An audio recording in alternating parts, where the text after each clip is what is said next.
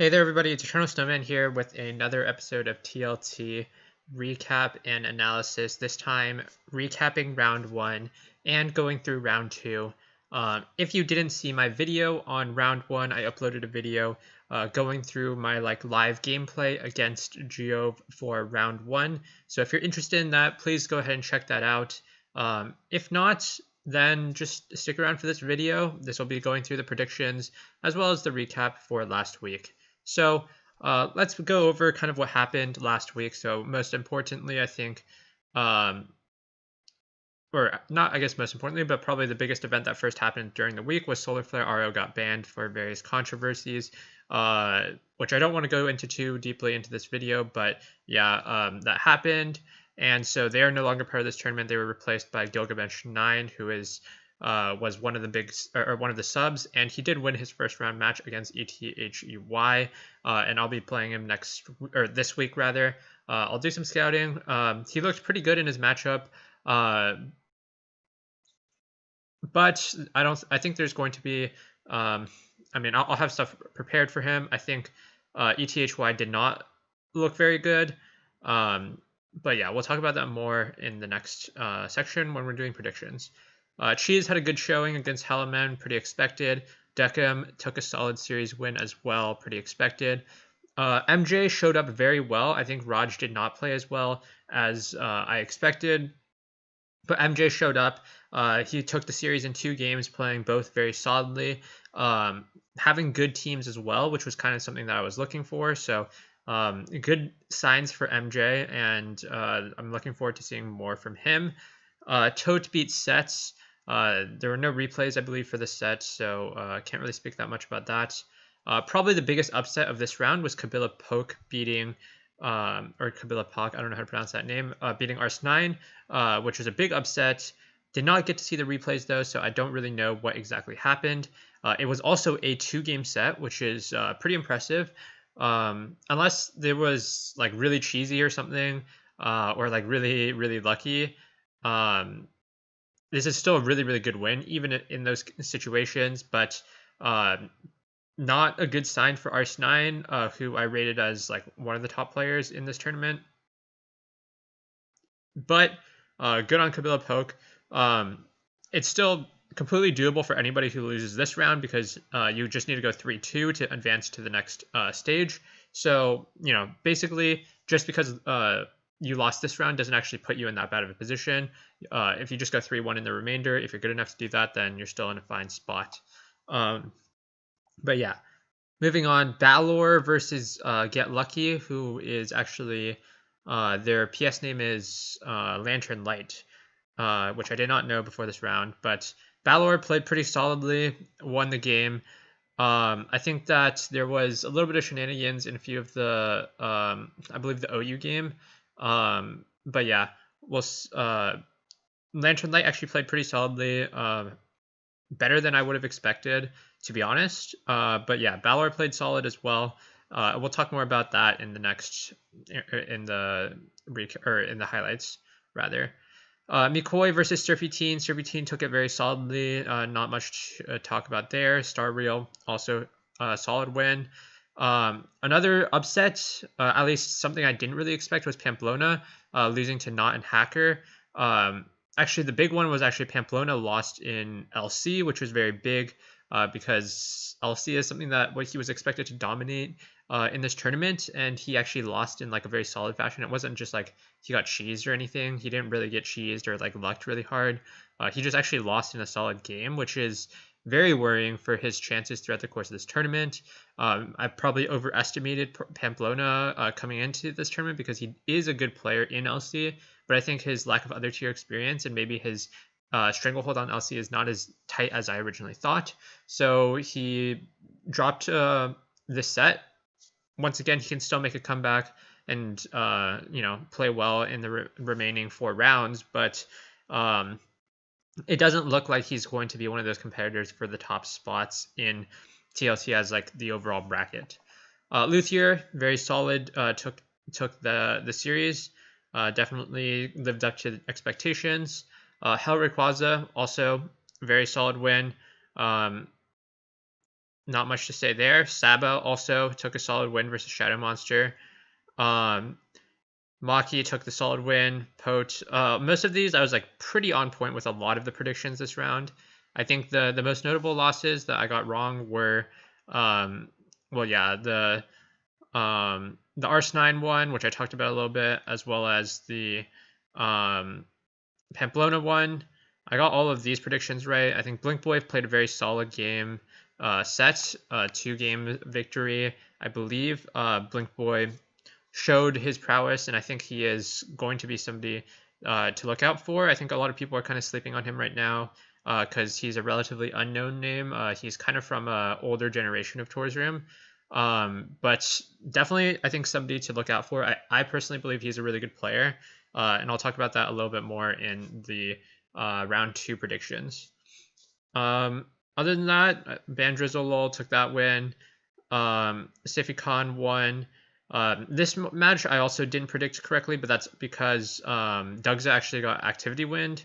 If he can continue his, or if he can actually show up to his matches, I think he will be a really good player. But yeah, this one, unfortunately, he lost to activity, so can't really say much for that. And then yeah, for the rest, I think I actually got all of them correct. So yeah, I think I did really well in predictions. I only got 2 matches incorrect, not including the activity wins, which is pretty impressive. And I didn't predict on this match as well, but yeah, I'm gonna pat myself on the back for that one. But we'll see. I think there's some players that notably showed up better than I thought, and some players that showed up a little bit worse than I thought. I think, like for example, Pote had to go to 3 games and it was like relatively close.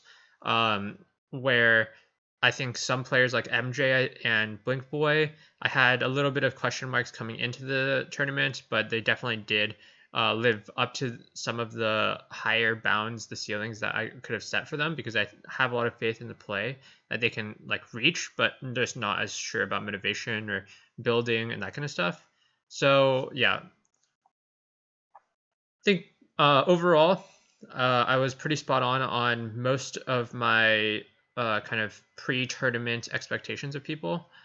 Outside of Pamplona and Arsenal, I think maybe it's more about Camilla Puck being like a really good player and maybe someone that flew under the radar for me. But yeah, because I didn't get to see the replays, it's really hard for me to see. So yeah, let's go ahead and just go into round 2. The matches this time, in my opinion, are much closer because of the way that Swiss works. There's a lot of 1-0s playing against other 1-0s and 0-1s playing against other 0-1s. Once again, I'm not going to be going through any of the matchups that are against players who don't even have their Smelgon names. But yeah. So first off, Mikoi versus Sice XV. I think Sice XV is just much better here. Mikoi didn't show me anything too impressive in round 1, so yeah, gonna go with Sice here. Arsenine versus Vamshi. I think if Arsenine lives up to my expectations of him, he should take this pretty easily. But he also, like, kind of as an aside, he doesn't have that good of a record in Tours Room events specifically, having had a mediocre BLT, actually like a relatively bad BLT by his standards, and already dropping that first set. So maybe it's a little bit of motivation issues. I'm not too sure exactly what's going on, but it sounds like it could be like a concern moving forward, but I would still take him here. Raj should be much better here. Atiman did actually have a relatively good showing versus Skipcan, but I think Raj should still be the overall better player. I don't really, I see that more as a mark against Skipcan, who, while I did see as somebody who is really good at NU, and I think it showed me a little bit that he was going to struggle a little bit with the other tiers outside of NU. Helaman versus Dragon 246. I think Helaman is much better here. Not much else to say. Geov 97 versus ETHEY. I think Geov is much better here. His the team choice that they used versus me was actually like pretty good. Their play was like a little bit less than stellar, but I think ETHEY had not so good play and not so good team choice. So I'm gonna give it to Geov here based on round 1 performance. I think Dugza is still much better than Roxy if they were to play out their set. again, if activity and motivation issues come into play, then of course Roxy has a good chance to still take this because prepping for TLT sets can be difficult. So if you're not going to be putting in the full effort, it can actually be a huge detriment to you. In that case, then I would say Roxy would be favored. But if they were to if Dugza were to put in an honest effort, I think he should take this pretty solidly. Alternate versus 52 Gambit. I think 52 Gambit is slightly favored here. I think it's kind of close. Both of them didn't really have, or actually, I don't think Gambit's replays were public, but I don't think Alternate had a very good series versus Cificon. So yeah. Lugia Numair versus Failures. I think this one will be very close. I think both of them are actually kind of similar in skill level. They both didn't have that good of a round one showing, but I'll say I'll probably favor Lugia Numair slightly. I think he's going to make a good bounce back. This would probably be kind of like my spicier pick because I think most people are actually favoring Failures here, but I think Lugia Numair will take this one, but I'm only favoring him slightly. HYS versus Lethal Hobo. I think HYS is just much better. Not much else to say there. Shadow Monster versus Hoopa. Hoopa actually did have a pretty good showing versus Pote in round one. But I think Shadow Monster is going to be the overall better player if he's able to transition some of those skills from doubles into this tournament. I think Shadow Monster will be able to do that, and although he didn't have that good of a round one showing, it was against a much better opponent in Saba. So yeah, I'll take Shadow Monster here. Pokeyard versus Lantern Light. I think Lantern Light is probably slightly better here, but this one is probably one of the closer matchups in the losers bracket. I think it's one to actually look out for because I think Pokeyard definitely has the potential to play relatively well. And Lantern Light, in my opinion, had a relatively strong showing in round one for kind of like compared to the most of the losers bracket. Pamplona versus Sets. If Pamplona should be better here. If he doesn't drop LC, I think he showed a good enough other tiers that he could potentially, take other players out. But losing on your locked tier, especially in the best of three sets, is kind of going to doom you in most situations. So yeah, Pamplona I think better here. Ronman versus 7U9I2. I think Ronman is much better here. Not much else to say. I Know Life versus Zuel BR. I actually don't know who the other person is, but like I said in last week's video, I think I Know Life, or I believe their PS name is I'm a Cry, is one of the underdogs for this tournament, kind of like a dark horse, somebody that people aren't really talking about, somebody that I've been impressed with since before TLT began. So there's somebody that I'm going to be looking at as somebody to like watch out for, especially in future rounds. I'm Just Gray versus the Thunderbirds actually already happened. Gray won pretty solidly. No surprises though. Team Charm versus Trade I think is a matchup that a lot of people are talking about. Team Charm being somebody that a lot of people were kind of hyping up because of their exceptional performance in the normal Tours Room tournaments. But I think Trade is just much better here. Not much else to say. I think their overall, actually, a little bit more on this. I think mostly because the reason I would favor Trade is their Trade has like a really good grasp on a lot of different tiers, and their overall playing ability is something that is I value pretty highly. So yeah, going to be taking Trade pretty solidly. Stificon versus Bandrozolo. I think Bandrozolo is much better here. Yeah, that's about it. Didn't get to see their round one games in Bandrozolo's case, but I have like a lot of faith in their playing ability, especially after BLT. Kather versus Blink Boy. I think a lot of people are actually sleeping on Blink Boy, like I said in the recap part of this video. I think Kather, while he is probably one of the favored players to win this tournament, I ranked him as basically, I think, fourth out of all players participating in the tournament. I think that Blink Boy is actually somebody that to really look out for. I kind of rated MJ and Blink Boy a little bit lower than perhaps they may show up at this tournament because I think they weren't. Could have potentially had issues with keeping up with Gen 8 or Rust or motivation issues. But I think after round one, I have a lot more faith in both of those guys. MJ and Blink Boy, to the point where I'm very willing to put them into the top 10 in Blink Boy's case and MJ in the top 5. I think Blink Boy versus Kather is probably the best matchup in this. Actually, no, I'll say it's probably the second best matchup in this round 2 after MJ versus Skipcan, which I'll get to a little bit later. But this is definitely a highlight matchup that people aren't really talking about. I'll say Kather is still slightly favored, but I would put it very close, and I would be very much not surprised if Blink Boy did win this series.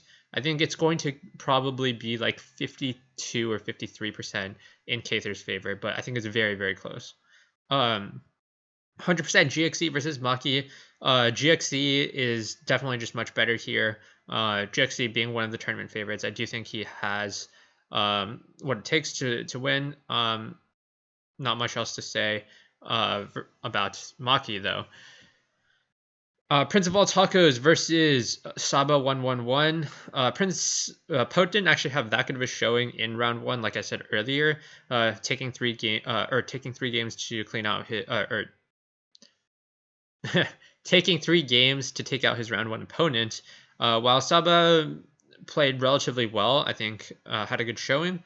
I still think Pote is slightly better, especially with the tier spread being slightly in his favor, in my opinion. I think he has more experience in lower tiers, and I mean, it would come down to what tiers are actually picked, but I would assume it would be something like UU and UPU or something like that.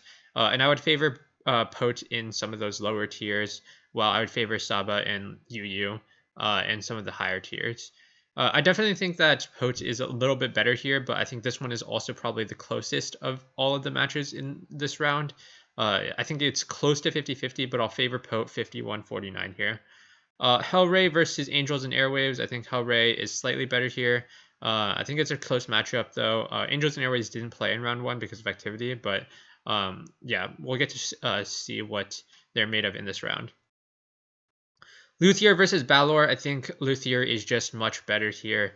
People are citing this as a potential highlight matchup, but I actually don't think this is very close. I think Luthier is just much better, and it should be pretty cleanly Luthier favored. I was not so impressed with Balor's play in round 1, but that's about it. Yeah, I think it's just Luthier is much better. Tote versus Not and Hacker. Not and Hacker did beat Pamplona, especially in LC, which is very impressive. I think Tote, kind of has a cap on his play with the way that he plays and the teams that he chooses. So I'm going to favor Not and Hacker here.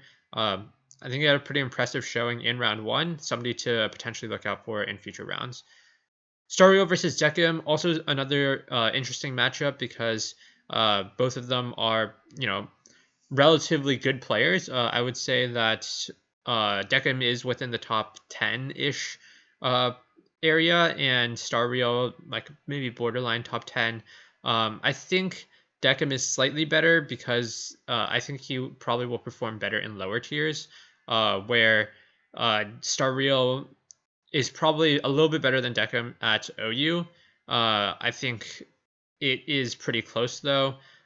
This is definitely one of the closer matchups, but I'll favor Decim slightly, like 55-45 or like 53-47 or something like that. Surfy Teen versus APW. This one is also a pretty interesting matchup. So I think APW is slightly better here, but it definitely will be a close one. I think it'll come down to kind of what tiers are picked and the prep that goes into them. I'll favor APW slightly, like 53-47. Sensei Axie versus Kabila Pak. Because I didn't get to see Kabila Pak's games, I still don't know what the reason why they were able to beat Arsenine in 2 games, whether that was because of good prep, because of cheese, because of luck, because of just straight up outplaying them. But if it were because of prep and outplaying, then maybe they have a good chance versus Axio. If it was more so because of matchup or luck or whatever it is, I think Axio is still going to be relatively favored. I think Axio and Ars were probably projected to be around the same area, in my opinion, like pre-tournament. But with how Maybe Arce is, if Arce was not able to show up, maybe that would like he would be lowered within my rankings.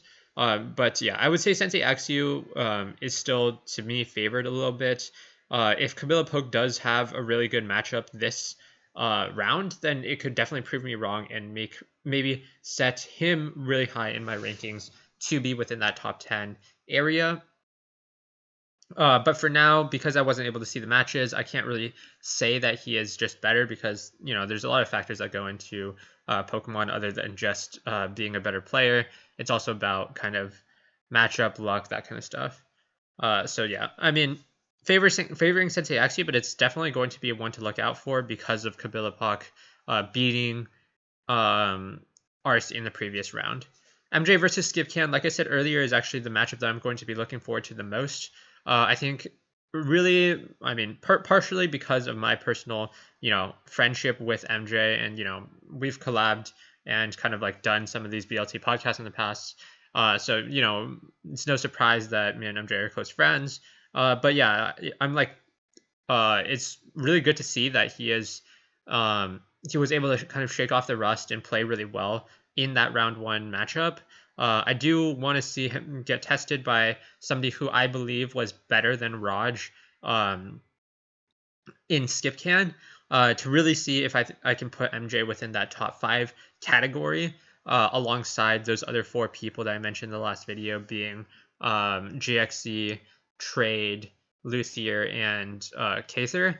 And if he can be put in that category, I think it will make for some of the later rounds and the bracket stage to be much more interesting with a lot of good players at the top end.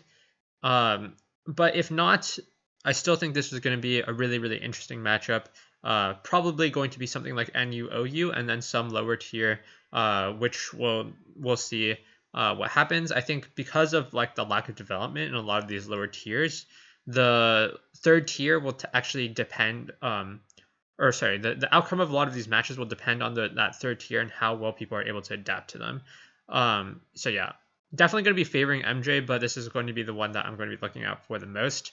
I would not say it's the closest matchup, but it's definitely one that has probably some of the higher stakes in this.